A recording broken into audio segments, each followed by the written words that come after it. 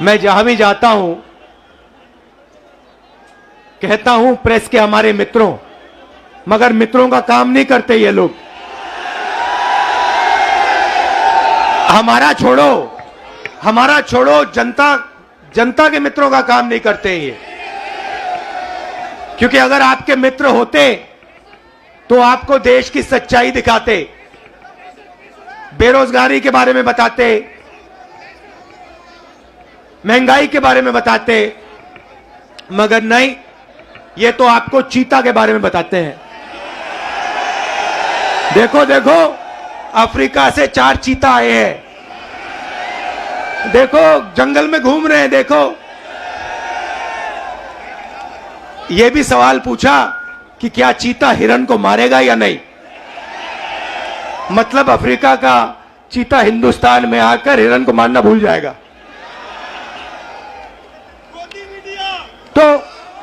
तो मित्र तो है नहीं।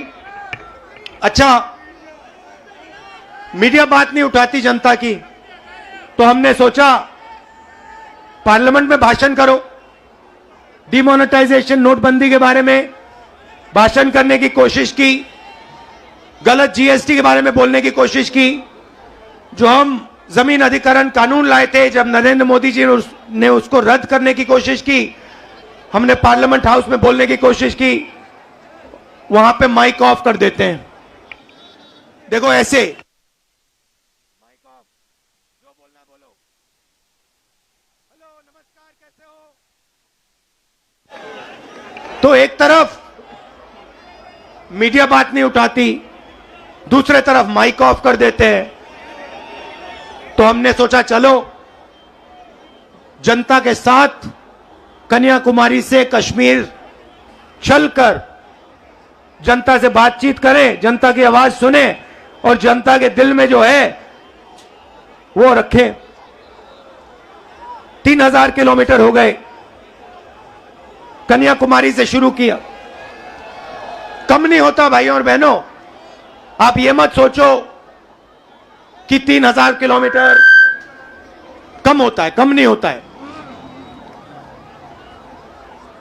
110 दिन हो गए, मगर अजीब सी बात है, थकान नहीं है। आप देखिए, मेरा चेहरा देखिए, कोई थकान नहीं है। लोग पूछ रहे टी शर्ट में कैसे चल रहे हो। ना थकान है ना ठंड लग रही है मुझे। अब मैं क्या बोलूं।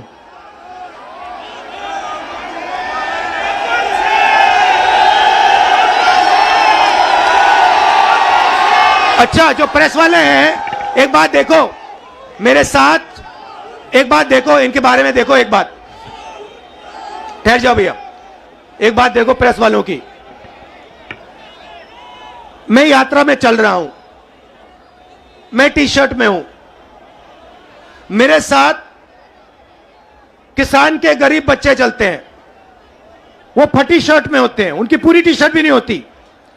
मगर इन मीडिया वालों में से एक भी ये नहीं कहता भैया हिंदुस्तान में किसान का बेटा बिना स्वेटर के क्यों घूम रहा है। ये सवाल नहीं पूछेंगे, ये कभी नहीं कहेंगे भैया ये मजदूर है, ये टी शर्ट में क्यों घूम रहा है, ये किसान है, ये स्वेटर बिना, जैकेट बिना क्यों घूम रहा है। ये सवाल कभी नहीं पूछेंगे। ये सच्चा सवाल है, मेरे टी शर्ट वाला सच्चा सवाल नहीं है। सच्चा सवाल यह है कि हिंदुस्तान के बच्चे, हिंदुस्तान के किसान, हिंदुस्तान के मजदूर टी शर्ट में सर्दी में क्यों घूम रहे हैं, यह सवाल है। मगर यह कभी नहीं पूछेंगे, क्योंकि भाइयों और बहनों ये आपके नहीं हैं। ये जैसे घोड़ा होता है ना, घोड़ा देखा आपने, शादी का घोड़ा होता है, उसमें लगाम होती है ना, उसको लगाम को टाइट करो एकदम रुक जाता है। वैसे इनकी लगाम है, लगाम लगी है प्रेस वालों पे। जैसे ये दौड़ने की कोशिश करते हैं, जैसे दौड़ने की कोशिश करते हैं, वो लगाम खींचते बस रुक जाते हैं एकदम। अच्छा, ये मत सोचिए कि ये बोलना नहीं चाहते हैं। मेरे पास आते हैं, कहते राहुल जी हम सच्चाई बोलना चाहते हैं, मगर हमें हमारे मालिक बोलने नहीं देते। मैं कहता हूं भैया डरो मत, बोल दो। कहते हैं नौकरी भी तो करनी है हमें, अगर हमने सच्चाई बोल दी, नौकरी से निकाल देंगे, किसी और को डाल देंगे, वो झूठ बोलेगा। तो यात्रा का लक्ष्य जो देश में नफरत और हिंसा फैलाई जा रही है उसको मिटाने का है। भाइयों और बहनों, बीजेपी की पॉलिसी हिंदुस्तान के युवाओं को, किसानों को, मजदूरों को डराने की पॉलिसी है। नोटबंदी, गलत जीएसटी, कोविड के समय जो इन्होंने किया, ये सारी की सारी पॉलिसियां किसान को, मजदूर को डराने के लिए है। क्योंकि ये जानते हैं जब ये डर फैलाते हैं, उस डर को नफरत में बदलना बहुत आसान होता है। ये इनका काम है। जनता को डराओ, किसान को डराओ, मजदूर को डराओ, युवा को डराओ और उसके डर को नफरत में बदल दो। डरो मत। ये भैया, ये एक बात समझ लो, ये आपने बोला डायलॉग, ये मेरा डायलॉग नहीं है। ये शिव जी का डायलॉग है। ये डायलॉग डरो मत, ये हमारा धर्म है। अब देखिए, ये करोड़ों लोग, करोड़ों रुपए का, लाखों करोड़ों रुपए का अरबपतियों का कर्जा माफ कर देंगे। लाखों करोड़ रुपए 1 मिनट में माफ कर देंगे। और किसान भूखा मर जाए, उसका कर्जा ये माफ नहीं कर सकते, कभी नहीं कर सकते। आप यूपी के, बाकी हिंदुस्तान के किसान हमारे पास आए थे, यूपीए की सरकार थी। आपने कहा हमारा माफ करो, 10 दिन में हमने 70,000 करोड़ रुपए, 72,000 करोड़ रुपए माफ कर दिया था। मजदूरों के लिए, गरीबों के लिए मनरेगा, भोजन का अधिकार, किसानों के लिए कर्जा माफ। तो हम डर को मिटाने की राजनीति करते हैं, क्योंकि हम जानते हैं अगर ये देश डर जाएगा, इस देश का फायदा नहीं होगा। अगर नफरत फैल जाएगी, इस देश का फायदा नहीं होगा। भाइयों और बहनों, दो और मुद्दे हैं यात्रा के। एक है महंगाई, और मैं आपसे पूछना चाहता हूं, प्रधानमंत्री जी आते थे, जब यूपीए की सरकार थी, कहते थे गैस सिलेंडर 400 रुपए का हो गया है। 400 रुपए का गैस सिलेंडर हो गया। भाइयों बहनों, आज कितने का है? मगर आज प्रधानमंत्री नहीं आते, आज आकर नहीं कहते कि भैया 1100 का हो गया।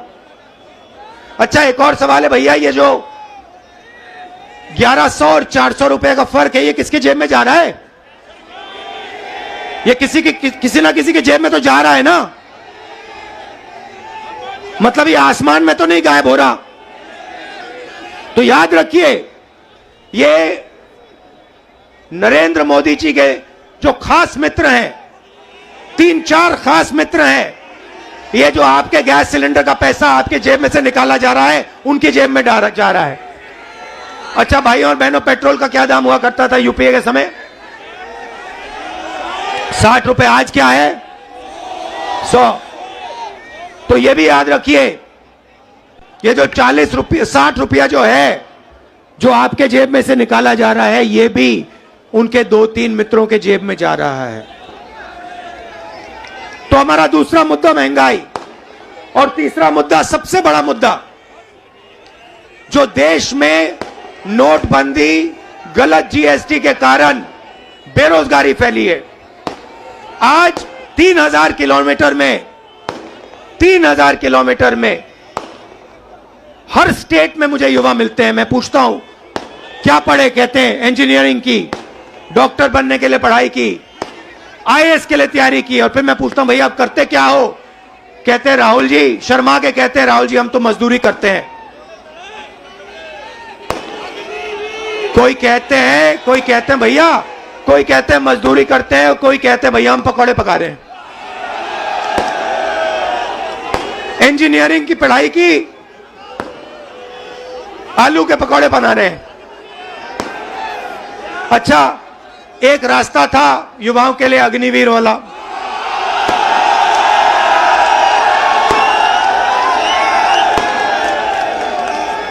उसमें क्या था? सुबह युवा उठते थे, 4 बजे उठते थे, दौड़ते थे। यूपी में आपको हर सड़क पे दिखेंगे, देश की रक्षा करने के लिए दौड़ते थे। और सपना था एक दिन बॉर्डर पे जाके देश की रक्षा करेंगे, तिरंगे की रक्षा करेंगे, सपना था। युवा 15 साल सेना में सेवा कर सकता था, उसके बाद उसको पेंशन मिलती थी। नरेंद्र मोदी जी ने कहा नहीं भाई, ये 15 साल वाली बात छोड़ो, पेंशन वाली बात छोड़ो, ऐसे करते हैं 6 महीने ट्रेनिंग करो,